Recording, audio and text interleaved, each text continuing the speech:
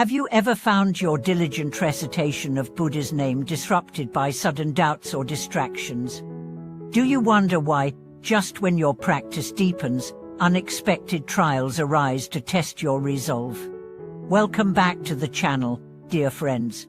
Today we explore two essential insights from the classic teaching on the Buddha recitation path. First, we discover why every syllable of the Buddha's name must be offered with a perfectly pure, reverent, and sincere mind. Otherwise, our recitation cannot penetrate the depths of our heart and fail to dispel karmic hindrances. Second, we learn that when sincere practice begins to shine, old karmic creditors from past lives may appear to challenge us not to punish, but to test and ultimately transform into supportive conditions through boundless compassion and wisdom. Consider the childhood stories of the Venerable Master Hai Xian. At 12, she discovered that a winter melon he had lovingly tended had been stolen from the garden. In youthful anger, he muttered a curse against the thief, and 3 days later, the thief fell ill exactly as he had spoken.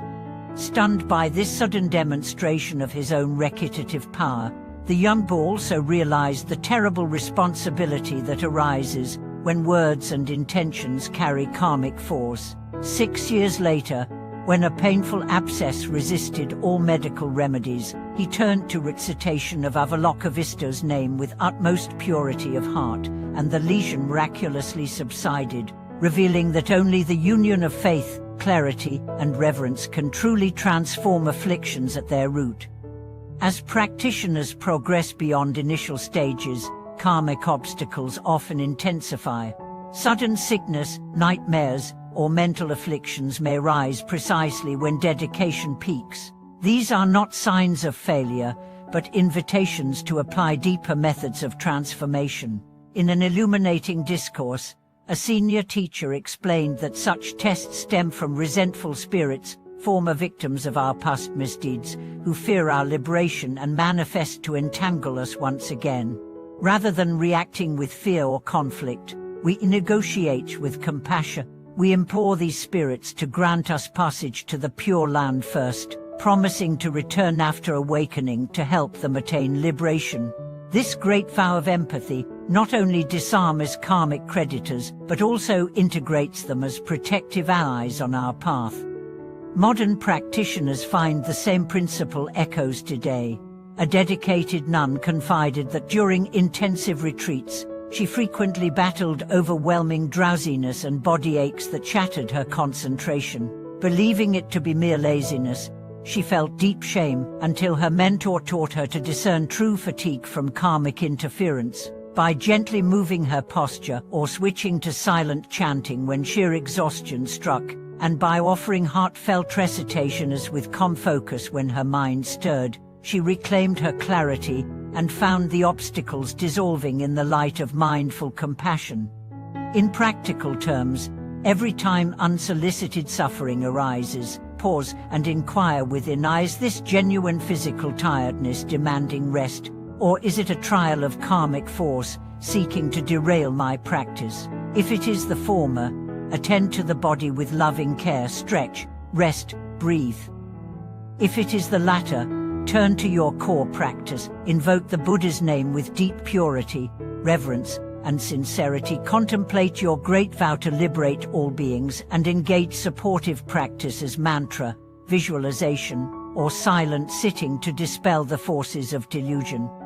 Through these teachings, we learn that obstacles are not enemies but hidden teachers, each hindrance an opportunity to deepen our faith, refine our methods, and expand our compassion. You embrace every trial on your recitation path as a chance to transform darkness into light, karmic ties into sparks of awakening.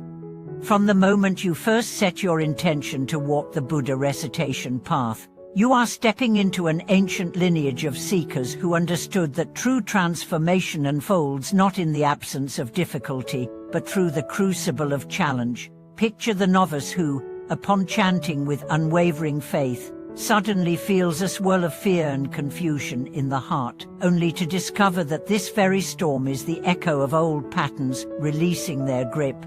As the waves of doubt rise, the sincere reciter learns to anchor in the name of the Buddha, allowing each syllable to wash through the unsettled currents of the mind, gently restoring clarity and trust. In a remote hermitage perched on a windswept mountain, practitioners recount a particular ordeal during a 90-day retreat. One monk found himself besieged by visions of past misdeeds, harsh words spoken in anger, moments of cruelty long buried. At first, he recoiled in shame, fearing that his practice had somehow provoked these shadows. Yet under the guidance of his teacher, he came to see these visions as invitations to bring the light of awareness into hidden corners of his psyche. With each heartfelt recitation, he offered the Buddha's compassion to every regret, every shameful memory, gradually transforming guilt into humility and pain into resolve. By the end of the retreat, those same visions no longer tormented him. They had become the reminders of his growth, the silent praise of perseverance. Modern practitioners experience parallel tests in everyday life. Consider Esha, a devoted professional juggling career, family, and her daily recitation. Just when her focus felt steady, she suffered a sudden car accident. Though physically unharmed, her confidence wavered, and her mind spun with what-if scenarios. In the days that followed, her practice shifted from formal sessions on the cushion to whispered chants in the waiting room, each Namo Amitabha anchoring her in the present moment. Slowly, she noticed that her trauma-driven thoughts loosened, replaced by a calm steadiness that surprised even her closest friends. What had seemed like an unwelcome disruption became the very fire that forged deeper faith. On the other side of the world, a veteran soldier turned peace activist named Raphael grappled with post-traumatic stress. Memories of battlefields haunted his sleep, and he sought solace in the sound of the Buddha's name echoing through his mind. At first, the practice only stirred more memories, intensifying the wounds he hoped to heal. Frustrated, he nearly abandoned the path, but a fellow practitioner reminded him that recitation was not about escaping pain, but about accompanying it with presence. Day after day, Raphael returned to the recitation, even when each repetition felt like a hammer against raw stone, and gradually, the harsh edges of his memories softened. The name became a balm, weaving itself into the fabric of his heart, until fear no longer held the final word. Throughout these stories, a single thread runs clear. Obstacles on the recitation path are not punishments but opportunities for the deepest alchemy of transformation. Each hindrance invites us to refine our sincerity, deepen our vow, and embody compassion for ourselves and all beings. When our practice stumbles, we learn to approach ourselves with the same reverence we give the Buddha, recognizing that the very blocks we encounter can become stepping stones to liberation. As you continue your own journey, let each trial remind you of the preciousness of this path. When doubts arise, pause and listen. There you will hear the voice of your own hidden resolve calling you back to the practice. When distractions pull your attention outward, turn inward with a gentle whisper of the Buddha's name, and feel the steady pulse of presence unfolding beneath the ripples of thought.